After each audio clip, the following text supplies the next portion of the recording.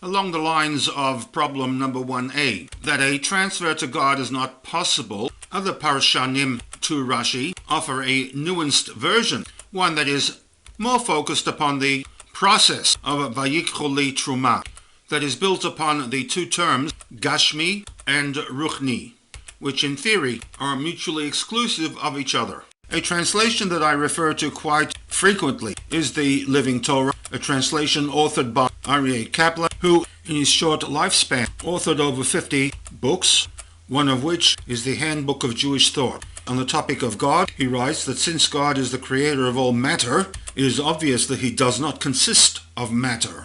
The term that I shall use is Ruchni, and contrasted to the command to Moshe Rabbeinu to Daber el Bnei Israel, that Vayikchu li Truma, that Truma was the polar opposite, the antithesis to the Ruchni. The Truma was a davar Gashmi. Text informs us of a list of raw materials that they were to be collected from the nation for the building of the Mishkan.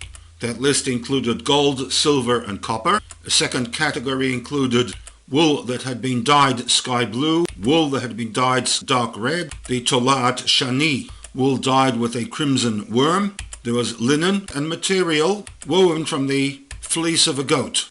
There was to be leather hides and acacia wood, olive oil and spices, and finally in Pasuk Zayin, the Avnei Shoham and Avnei Miluyim.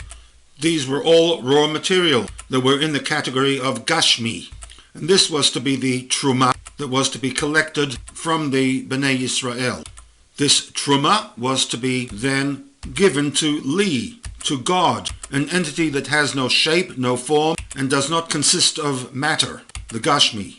And this leads to the problem raised by one of the Parshanim, that if we are to insert a literal reading to the Vayikchu li, to physically take, or to bring, or to receive, or to transfer to God, then we are in effect being told that the nation was to take a davar Gashmi and somehow transfer it to an entity, a force that was Ruchni. Such a transfer to God is not possible, because Ruchni and Gashmi are mutually exclusive entities.